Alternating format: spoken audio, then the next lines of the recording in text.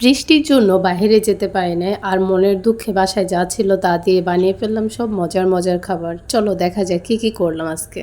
আমরা রেডি হয়েছিলাম বাইরে ঘুরতে যাব, বাইরে খাবার খাবো এই জন্য, কিন্তু কিন্তু বৃষ্টি শুরু হয়ে গেছে, তো এখন হ্যাঁ। আমরা বুঝতেছি না কি করব। হ্যাঁ, তো এই জন্য আমরা আজকে চিন্তা করলাম যে আমরা বাসায় একটা ছোটখাটো একটা আয়োজন করে ফেলে, যাতে আমরা বাসায় খাবার দাবার খেতে পারি। তো এই জন্যই আমি এখন স্টার জলসার বউদের মতো সেজে গুজে রান্নাঘরে যাব আর রান্না করব। চলো চলো আজকে আমরা যেহেতু বাইরে খেতে পারি না, বাসায় কি কি খাইতে পারি। বাইরে প্রচুর বৃষ্টি, এই জন্য এখন আমাদেরকে বাসায় বসে রান্না করতে হবে। এই মাছ কি মাত্র ধরলা বৃষ্টির পানিতে?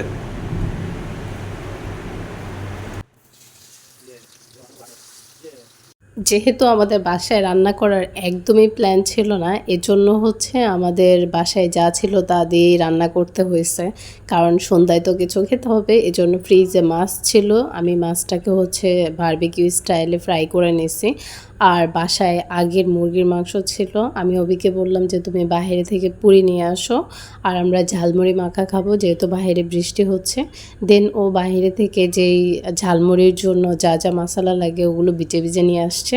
দেন আমি বললাম যেহেতু আমরা ঝালমুড়ি খাবো, তার সাথে একটু টক হলে কেমন হয়। তো এজন্য ফ্রিজ থেকে আমি চালতা নিয়ে এভাবে মাখাচ্ছি।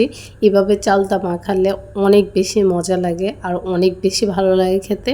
আমি অভিকে বললাম যে ট্রাই করো। দেন ও একদম টকে মাথা ঘুরে যাচ্ছিল, ওর এরকম একটা অবস্থা। এই তো এই জিনিসগুলো আমরা বাইরে থেকে নিয়ে আসছি। এখন আমরা ঝালমুড়ির জন্য যে যে ইনগ্রিডিয়েন্টসগুলো লাগে সবগুলো দিয়ে একসাথে মাখতেছি। বাইরে যখন বৃষ্টি হয় তখন ভাইবটাই একটু অন্যরকম থাকে, মনে হয় যেন এই ভাইবটাই আসছে ঝালমুড়ি খাওয়ার জন্য।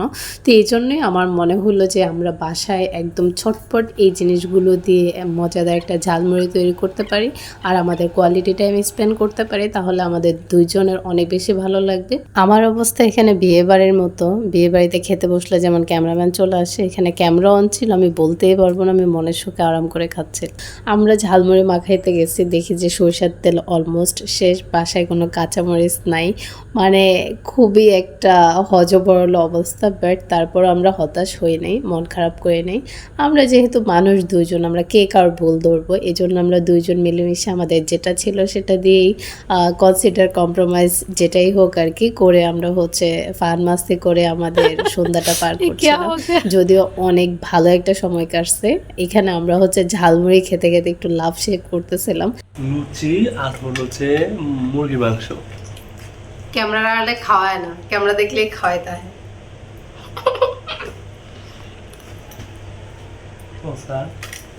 প্ল্যান ছিল বাহিরে যেয়ে খাবো, কিন্তু এখন সেটা বাসায় হয়ে গেছে।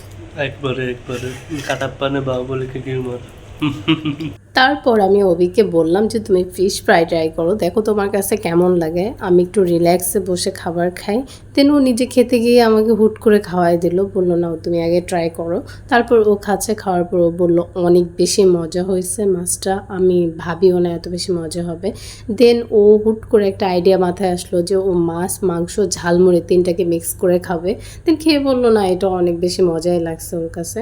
দেন আমাদের ফাইনাল স্টেপ টক খাওয়া, আই মিন চালতা দিয়ে যে মাখাটা বানালাম সেটা ট্রাই করা। আমি একদম স্পাইসি অ্যান্ড ঝাল লাভার। স্পাইসি অ্যান্ড ঝাল লাভার, এটা কি হইলো? মানে আমি টকও খাইতে পছন্দ করি, ঝালও খাইতে পছন্দ করি। যেহেতু বাইরে অনেক ঝুম বৃষ্টি হয়েছে, এই জন্য আমি ভাবলাম আজকে চালতা মাখা খাবো। আমার টক খাইতে অনেক মজা লাগে, বাট কোনো কারণ ছাড়াই খাইছি। আমাদের সন্ধ্যাবেলার ব্লগ, যে বৃষ্টির জন্য বের হইতে না পারলে বাসায় কি কি করি।